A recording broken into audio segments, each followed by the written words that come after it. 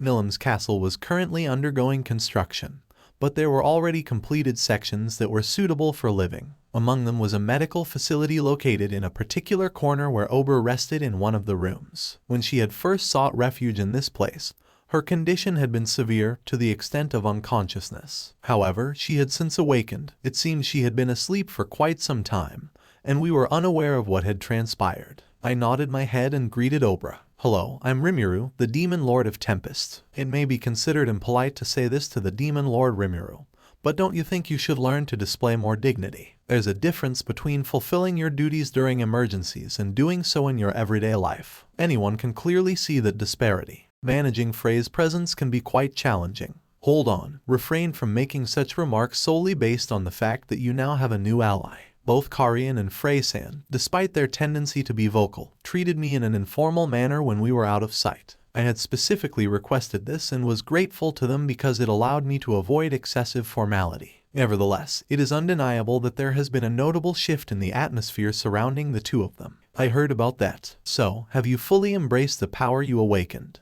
Oh, definitely. Please let Benimaru know that I'm grateful for his assistance the other day. I appreciate that. Now I can be of greater help to Milim than before. Still, Ramirez Labyrinth is quite the surprise. I never realized it had such a purpose, despite us being fellow demon lords for so long. That's true. I thought she was just Guy's favorite, but it's astonishing that the little mischief maker had such hidden power. I'm sure she wasn't intentionally hiding it. It's just that nobody noticed. But I knew about it. Knowing about it doesn't mean much if you can't do anything with it. The labyrinth made me realize that. So, Milim, don't be a sore loser. Well, I can't really blame Milim. We must look like fools too. But you know, it's understandable, right? When it comes to treating others well, nobody surpasses Rimuru. That's correct. In that sense, we are also being manipulated. Initially, I had only intended to make use of it.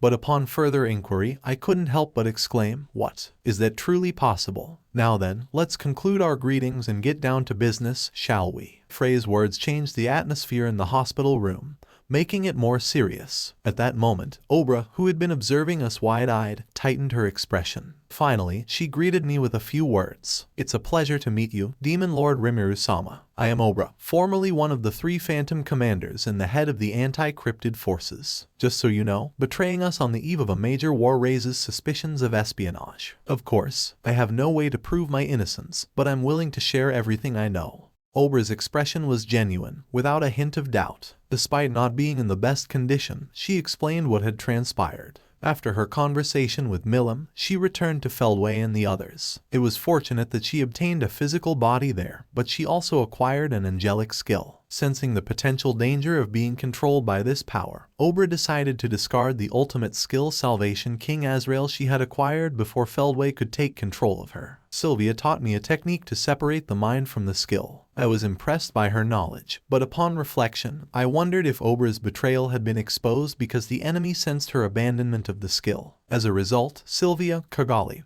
and the others faced difficulties, but blaming Ober might be unfair. I chose to overlook it as an unavoidable situation and act as if I hadn't noticed. What mattered most was the truth or falsehood of Ober's story, and frankly, I found it credible. I agree. Her story is consistent, and she revealed information that should normally be kept secret. If she's willing to go this far, it's not worth the risk of espionage. That's true. She spoke fluently about being attacked by Michael and described his power. She mentioned that Michael's castle guard wasn't activated and that he effortlessly used the powers of Velgrynd and Velzard. She also explained how his power destroyed Ober's army. It's interesting to analyze the information, considering whether it would have any benefit if it were false. That's why I always search for opposing viewpoints and assess the credibility of information, including its source. This approach was also effective with Ober. If she had been deceiving us, she would have lied about Michael's powers. However, this information was too accurate. Even Seal's verification confirmed its truthfulness. Furthermore, Ober agreed to undergo my analyze and assess ability. By doing so, I could confirm the existence of her skills. The result was clear. Ober didn't possess the Salvation King Azrael,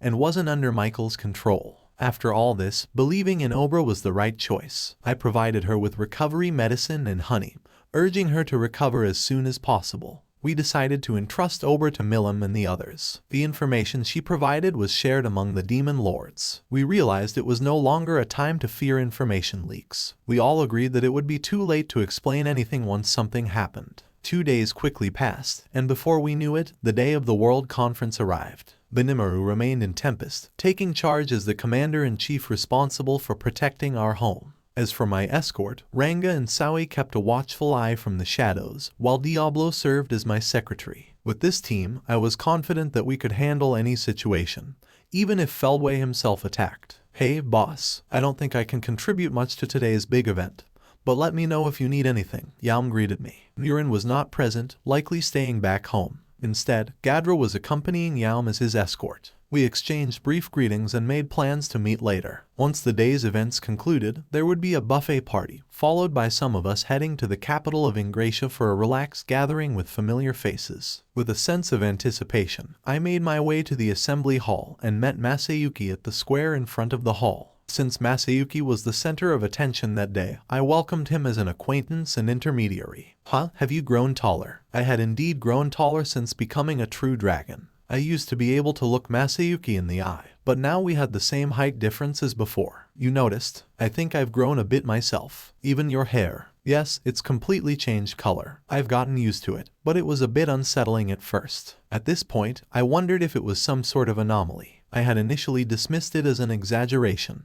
but perhaps Rudra was actually returning. Nevertheless, Masayuki was still Masayuki. I stopped dwelling on it and entered the chamber together with him. In the large circular venue, which I had already visited multiple times, prominent figures from various countries had already gathered. It was bustling and noisy in its own way, but as soon as they saw us, everything fell silent. All eyes were on us, but we had grown accustomed to such attention. Masayuki seemed unfazed and didn't appear nervous. You've become more dignified.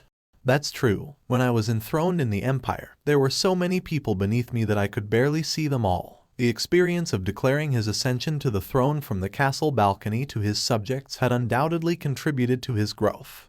It was magnificent, Masayuki, Velgrynd said, recalling it with a nostalgic expression. Velgrynd had accompanied Masayuki as his chaperone, exuding a powerful presence herself. Not to mention her stunning appearance, she looked impressive in her military uniform. Velgrynd was likely the center of attention among the attendees. Amidst this attention, Chairman Lester, with his bushy white beard, hurried over to us and guided Masayuki and me to our seats. As befitting our leading roles, we were seated in the front row, facing each other. I could also spot Testarossa at the moderator's table. With everything arranged, the historic reconciliation between the Western nations and the Eastern Empire would proceed smoothly as long as there were no interruptions. However, when you think about such things, red flags are bound to appear. This time was no exception, and that law would come into effect, but I was unaware of it at the time, simply waiting quietly for the meeting to commence.